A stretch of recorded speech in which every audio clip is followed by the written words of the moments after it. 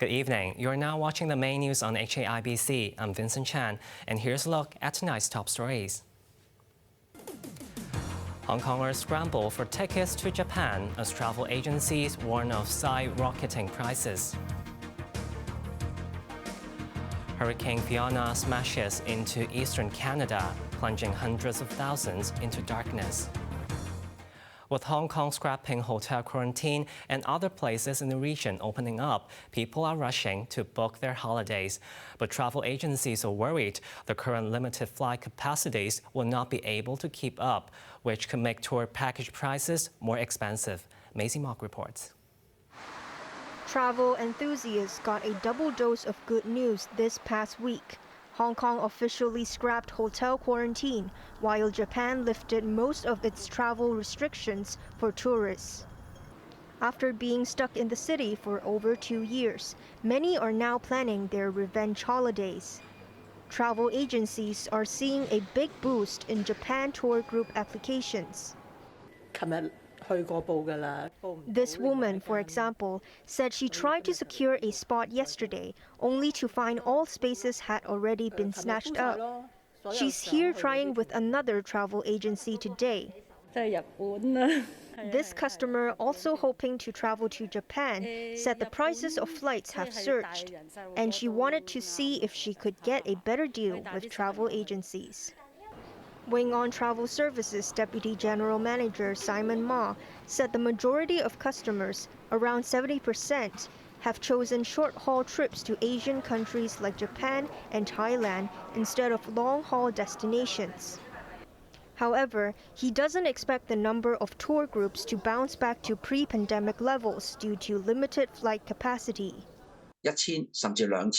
EGL Tours Executive Director Steve Hune said his company's tour packages may need to raise their prices by $1,000 to $2,000 if the supply and demand of flights remains unbalanced. He added the number of customers signing up for tours in a single day shot up to 100 people yesterday, compared with just around 40 before. Meanwhile, Health Minister Lo Chong-mao has indicated 0+3 is the best Hong Kongers will get for now. Speaking today, he said authorities will not cancel the remaining 3 days of medical surveillance in the foreseeable future, as new COVID variants can still come from overseas. Maisie Mock, HKIBC. The city's restaurant sector has called on the government to take further steps towards normalcy. They are hoping social distancing measures can be relaxed to help business. In a joint letter to the government, 5 catering groups say business will worsen at the end of the year as more people travel overseas after the scrapping of hotel quarantine. They urge for COVID rules to be relaxed for restaurants, such as allowing up to 12 people per table instead of the current 8. On the first day without the government's daily COVID briefing, new infections dropped below 4,000, with 3,897 cases reported today. Government pandemic advisor Ivan Hong has warned there could be a flu outbreak this winter, and young children are most at risk. He urged the government to push the public to get vaccinated against the seasonal influenza. If you have education and you have promotion in the media, highlighting the importance of getting the flu vaccination this season, especially that overall the community antibody is very low. And that, of course, with the relaxation of the infection control measures and also the social distancing, there will be a very high risk, especially very young children who have not encountered the influenza virus before. Hong explained with the widespread use of masks and social distancing for COVID, there has been a low worldwide influenza infection rate over the past 2 years. He said toddlers should get vaccinated as they could be at risk of complications since many have never been exposed to the virus. Interest rate hikes by major central banks have sparked fears of renewed global economic volatility, according to Hong Kong's finance chief. While Paul Chan warned of external hits to the local economy, he believes the city is still on track for recovery. Joanna Ho reports. Taking to his weekly blog today, Finance Chief Paul Chan said investors are jittery about a new round of economic swings after global central banks raised their interest rates and signaled more hikes are on their way. On Wednesday, the U.S. Federal Reserve raised rates by 75 basis points for the third consecutive time, marking its fifth hike this year.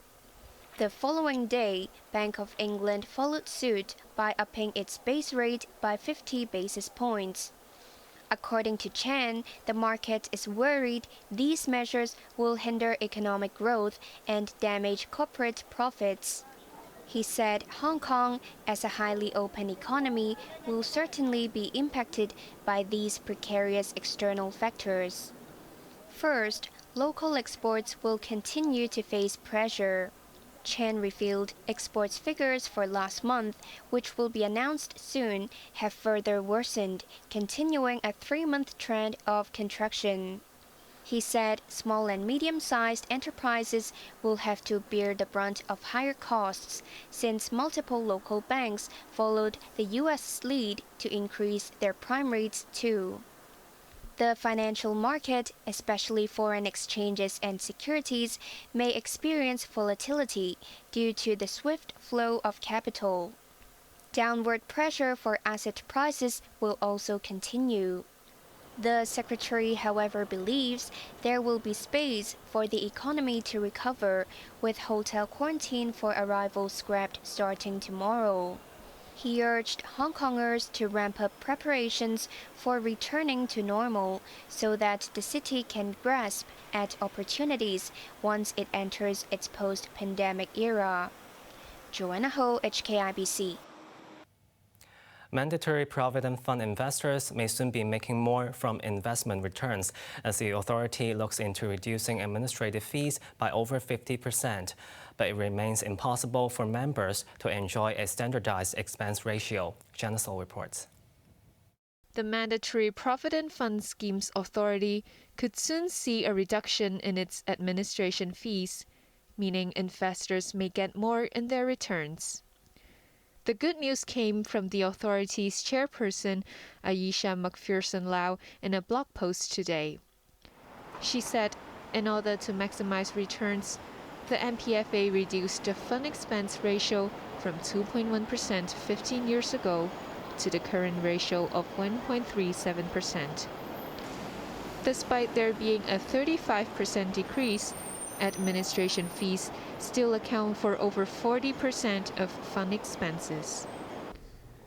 By setting up the eMPF platform, the MPFA aims to lower administration fees by over 55% through standardizing, streamlining, as well as automating the work. However, the possibility of unifying the fund expense remains grim, as Lau made it clear that it is unfeasible. She suggested members should consider what is best value for money instead of solely looking at the costs.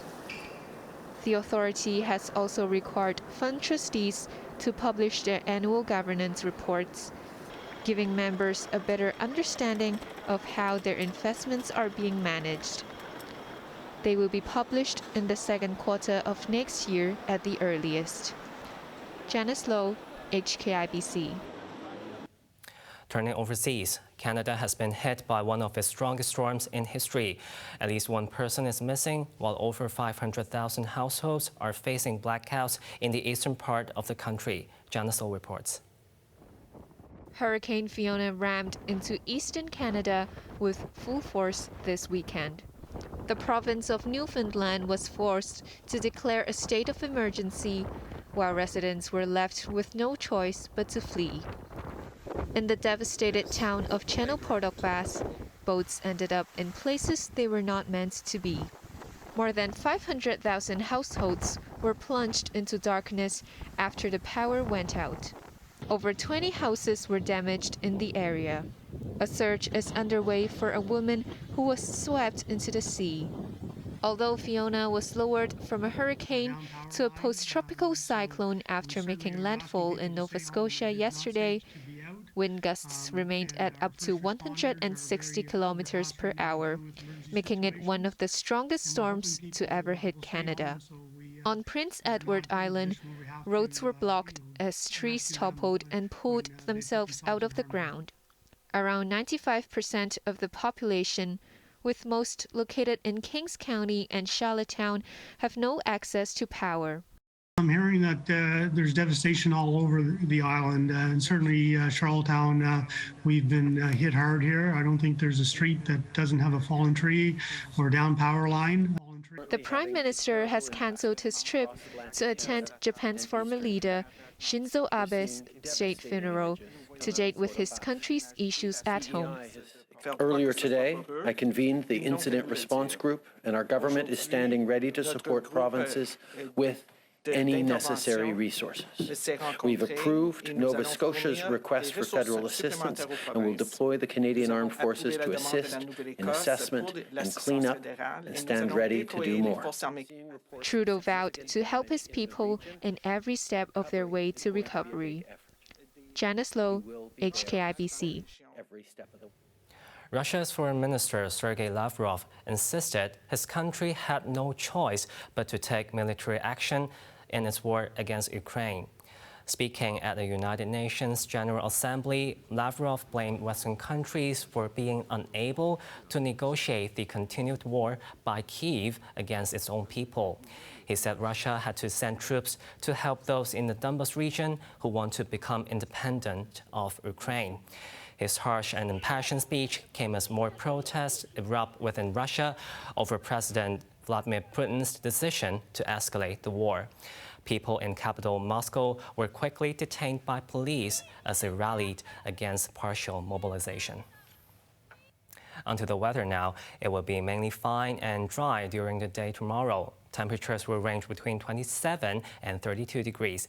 Expect some rain and clouds in between sunny intervals on Tuesday and Wednesday. Now let's take a look at the weather around the world.